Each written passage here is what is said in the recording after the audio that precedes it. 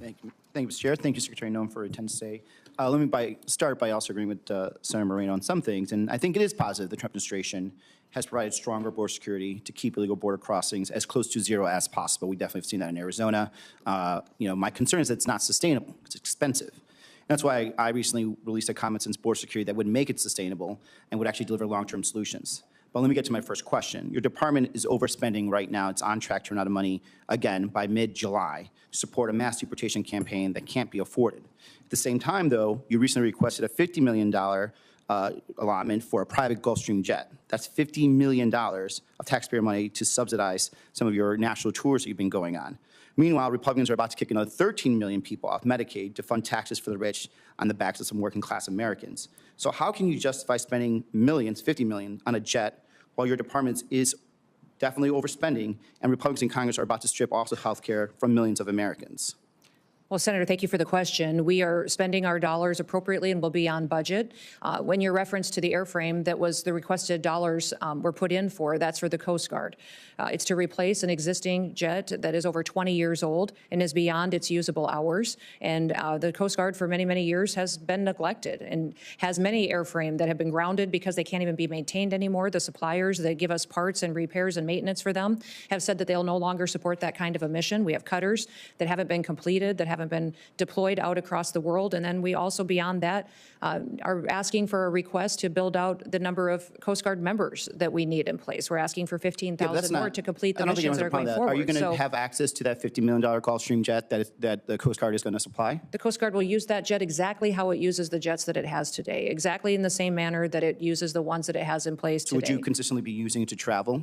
I don't know if I would use that one or if I would use the other one. I have no idea. But I do spend time out there with our components, making sure that they are know that they have a secretary that's engaged with them, that's visiting with them, seeing what their needs are. No, sir, they're not photos. They've meant the world to the individuals at the Department of Homeland Security. They have meant the world to our ICE agents, our border agents, when they ask me to be out there with them so they know what their lives are like. Talking to some law enforcement, besides those under DHS, we've also seen some law enforcement that have been pulled away from investigations, such as child porn, sex trafficking. We've had some agents pulled in that were doing investigations on bank fraud that are now, provisional ICE agents. And I think creating and making them do this type of work is also making us more and more dangerous since they're not actually doing this long-term investigation.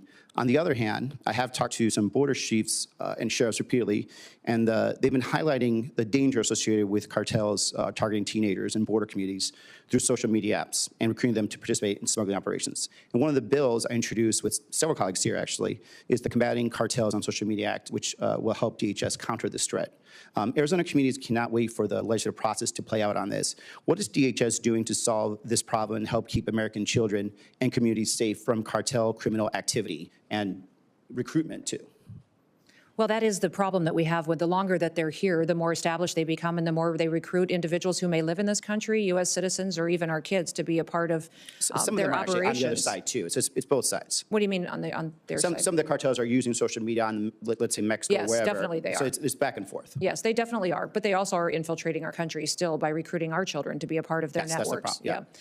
So we're working with not just the experts that we have within CBP and ICE, but also using our other components to address some of the sophistication that we've seen in these apps as far as CISA and partnerships that they may have with private industry that can give us insight in what we can do to deploy our own counter-terrorist activities and applications to those systems, what we can do to make sure that we're stopping their ability to communicate with our children and bringing awareness. The Department of Homeland Security has programs in different areas such as the Know to Protect and the other programs you may be familiar with. Have you been able to work directly with the social media companies, though, not just through the legislative process? We have had conversations with the social media companies. And because by the time we get around to doing it, we're losing more and more people. So like having a very direct conversation in a concentrated effort to actually have outcomes is going to be quicker because they have the option to do it. We don't have to come in and do it. They just choose not to because they'd rather make more money than anything else. Well, that may be, but I found them very willing to come to the table. I've had myself spent dozens of hours with them, and my team has spent hundreds of hours visiting with them on what we can do to be much more proactive. So they've got some solutions that we can pursue. We'll be coming to you with some of those ideas, but I think it's important that we use their knowledge of this way of communication and recruitment to help protect our children. Get back.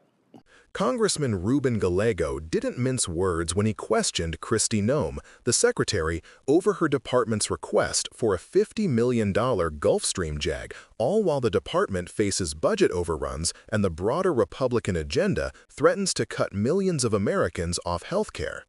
Gallego's tone was sharp and deliberate.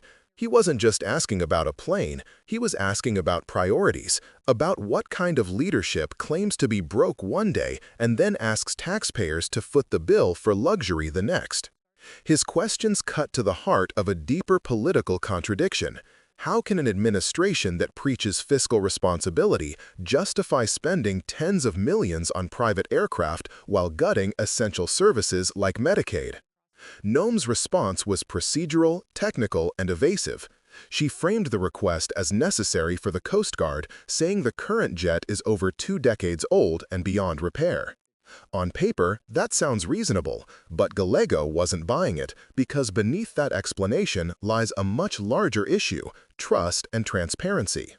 The American public deserves to know whether this jet is a genuine operational necessity or another example of inflated budgets hidden behind bureaucratic jargon. Gallego pressed further. Would she personally have access to this $50 million aircraft? Would she use it to travel on official business or personal political tours disguised as duty?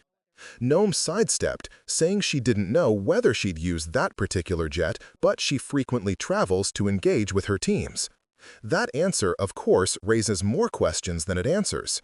If this is a Coast Guard operational expense, why is the Secretary of Homeland Security, not a Coast Guard commander, defending it in a hearing about fiscal restraint? Gallego's exchange wasn't just about numbers, it was about values. Because in politics, a budget is a moral document. It tells you what a government truly cares about. When $50 million is available for luxury transport, but millions of working-class Americans are being stripped of health coverage, the priorities are laid bare. It's not about scarcity, it's about who benefits from abundance. Later in the hearing, Gallego pivoted to another urgent issue: how cartels are exploiting social media to recruit U.S. teenagers for smuggling operations. Here, he demonstrated what serious oversight looks like, not just grandstanding, but offering solutions. He mentioned his bipartisan legislation, the Combating Cartels on Social Media Act, designed to protect American children from being targeted by sophisticated recruitment schemes. This shift in focus showed a contrast between two governing philosophies, one that invests in practical, people-centered safety measures and another that seems to conflate power with performance, measured not by outcomes but optics. Gallego's questions underscored that we can't keep pouring taxpayer money into luxury hardware while underfunding the technology, law enforcement, and education systems that could actually keep communities safe. And when Noem tried to smooth things over by emphasizing partnerships and programs, it felt less like leadership and more like damage control. Her rhetoric about working with tech companies sounded optimistic but hollow, given the administration's pattern of saying one thing publicly while doing another behind closed doors.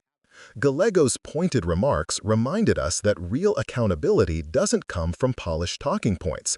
It comes from scrutiny, persistence, and courage to ask uncomfortable questions. This exchange reveals something essential about the current political climate. Americans are growing weary of the disconnect between the everyday struggles they face, rising costs, job insecurity, and shrinking healthcare options, and the spectacle of government officials defending multi-million-dollar expenditures. It's not just about the money, it's about fairness. When leaders misuse resources, they erode trust in the very institutions meant to serve us. Ruben Gallego's questioning was a call to restore that trust. It's a reminder that democracy requires watchdogs, people willing to dig through the bureaucratic fog and demand simple answers to simple questions. Why this spending? Who benefits? Who pays the price? If you care about where your tax dollars go, now is the time to pay attention. Ask your representatives to prioritize healthcare, education, and infrastructure over vanity expenditures. Demand oversight. Hold leaders accountable for every dollar they spend, because every dollar diverted to luxury is a dollar stolen from the public good. This hearing wasn't just about a jet, It was about the flight path of our nation's values and whether those in power still remember who they're supposed to serve.